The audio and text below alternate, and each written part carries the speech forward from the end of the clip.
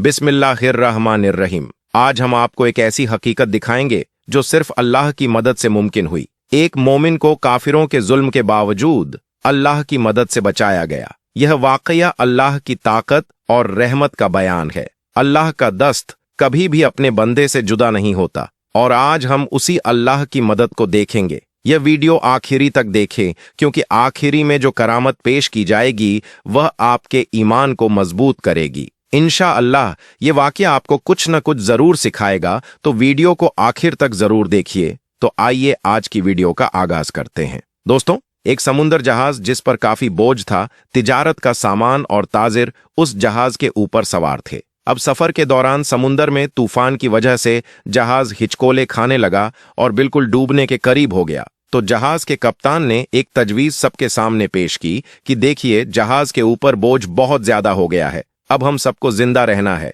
तो आप लोगों का कुछ सामान समुद्र में फेंक दिया जाए तो जहाज थोड़ा हल्का हो जाएगा और हम आसानी के साथ किनारे लग जाएंगे, क्योंकि हमारी जानें ज्यादा कीमती हैं सामान के मुकाबले में। सब ने कप्तान की बात पर इत्तिफाक किया और सब ने कहा कि एक जो सौदागर है, यानी एक जो ताजिर है, वह बिल्कुल नया है और वह काफी सामान अपने साथ लेकर आया है। उसका सामान फेंक दिया जाए समुद्र में तो इससे हम सब डूबने से बच जाएंगे, और उसका सामान जितना है अगर उतना फेंक दिया जाए तो हमारा जहाज आसानी के साथ किनारे लग जाएगा। सब ताजिरों ने इस बात पर इत्तिफाक किया, लेकिन जिस ताजिर का सामान फेंका जाने वाला था उसने कहा, मेरे अकेले का सामान क्यों फेंका जाएगा? सब ताजिरों का थोड़ा थोड़ा सामान समुद्र में फेंक दिया जाए, इससे नुकसान भी सब पर तकसीम हो जाएगा और सबकी जानें भी बच जाएंगी। लेकिन सब ने उस नए सौदागर यानी नए ताजिर के खिलाफ बगावत कर दी और उससे झगड़ा करना शुरू कर दिया। झगड़ा इतना बढ़ गया कि सभी ताजिरों ने मिलकर उस नए ताजिर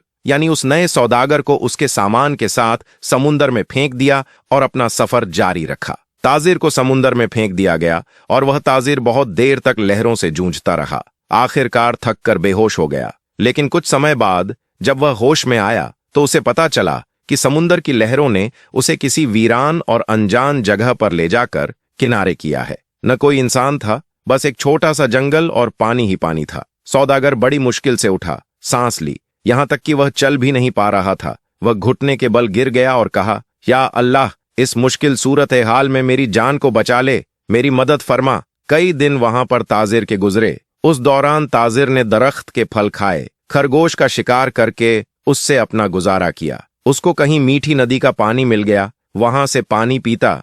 रात की सर्दी और दिन की गर्मी से बचने के लिए सौदागर ने जंगल से लकड़ियां काटकर एक छोटी सी झोपड़ी बनाई ताकि ठंडी और गर्मी से अपने आप को बचा सके। एक दिन हुआ यूं कि जैसे कहते हैं ना, गरीबी में आटा गीला। अब एक दिन वह ताजिर आग जलाकर अपने लिए खाना बना रहा था। अब वो आग चूल्हे की आग थी, उसकी झोपड़ी में लग गई और झोपड़ी लकड़ी की थी और जलने लगी। उसने बचाने की बहुत कोशिश की, लेकिन थोड़ी ही देर में पूरी झोपड़ी जलकर खाक हो गई। अब सौदागर बिल्कुल जमीन पर बैठ गया और आसमान की तरफ देखकर कहने लगा, या अल्लाह, क्यों मेरे साथ ही क्यों? सारी मुसीबतें, सारी आजमाइश मेरे साथ ही क्यों? हम लोग भी अक्सर शिकायतें करते हैं कि मेरे साथ ही ऐसा क्यों है, ये आजमाइश मेरे साथ ही क्यों है, ये मुसीबत मुझ पर ही क्यों?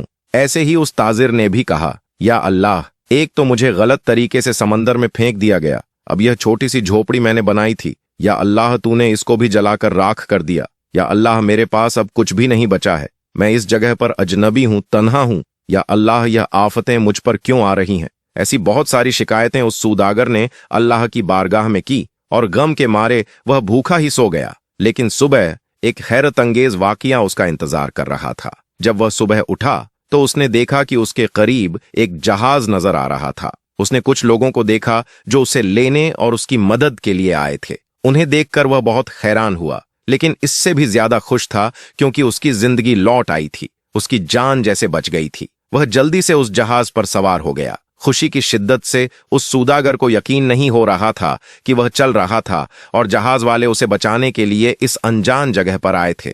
वह समझ नहीं पा रहा था कि आखिर ये लोग उसके पास कैसे आए और उन्हें उसके यहां होने का पता कैसे चला। उसने जहाज वालों से पूछा, भाइयों, एक बात बताओ, तुम्हें कैसे पता चला कि मैं यहां हूं?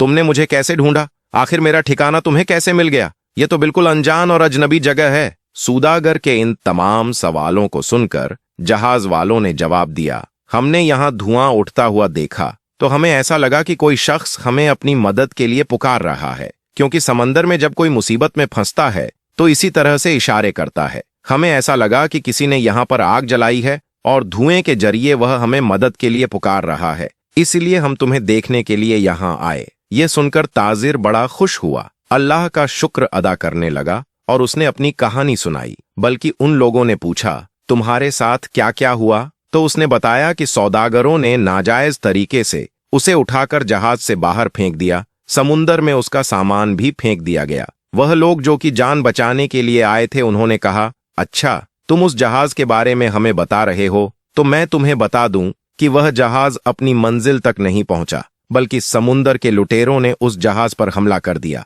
पूरा सामान लूट लिया और सारे ताजिरों का कत्ल कर दिया। सिर्फ तुम अकेले बच गए हो। तुम पता नहीं कैसे बच गए, अल्लाह ने तुम्हें बचा लिया। सूदागर यह सुनते ही झारो ओ कतार रोने लगा। वही सज्जदा की हालत में गिर गया और कहने लगा, या अल्लाह, तेरे काम और तेरे फैसले सबसे बेहतर होते हैं। तू जो भी करता है अपने बंदों के लिए बेहतर ही करता है। बस हम ही बेसब्री हो जाते हैं और बाद में तो पता चलता है। अल्लाह, तेरा जो फैसला था वह बिल्कुल सही था। मेरे भाइयों और बहनों और दोस्तों, अगर आपकी हालत बिगड़ जाए तो आप डरे नहीं, आप खौफजदा ना हो। बस इतना यकीन रखें कि खुदा की हर चीज में हिकमत होती है। किसी इच्छा का विरोध करने के लिए सब्र का मतलब सिर्फ किसी भी कीमत पर उस इच्छा को पाने से बचना नहीं है। इस मामले में पूर्ण सब्र का मतलब इच्छा का पीछा करना है। हमारे पास जो कुछ है उसके लिए खुश और अल्लाह ताला का शुक्र अदा करना और इस बात की सराहना करना कि यह उससे बेहतर है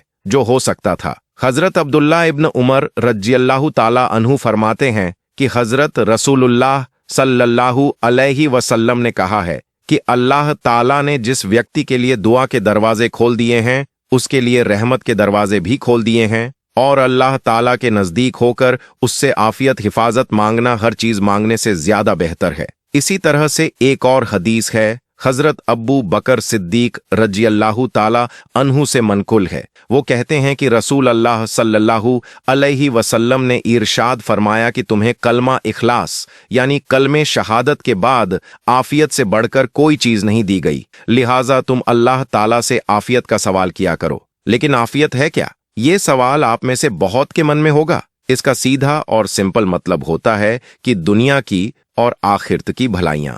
अगर आपको आज का वीडियो पसंद आया तो बराया कृपया इसे लाइक करें, हमारे चैनल को सब्सक्राइब करना न भूलें। तब तक के लिए अल्लाह हाफिज और ख्याल रखें।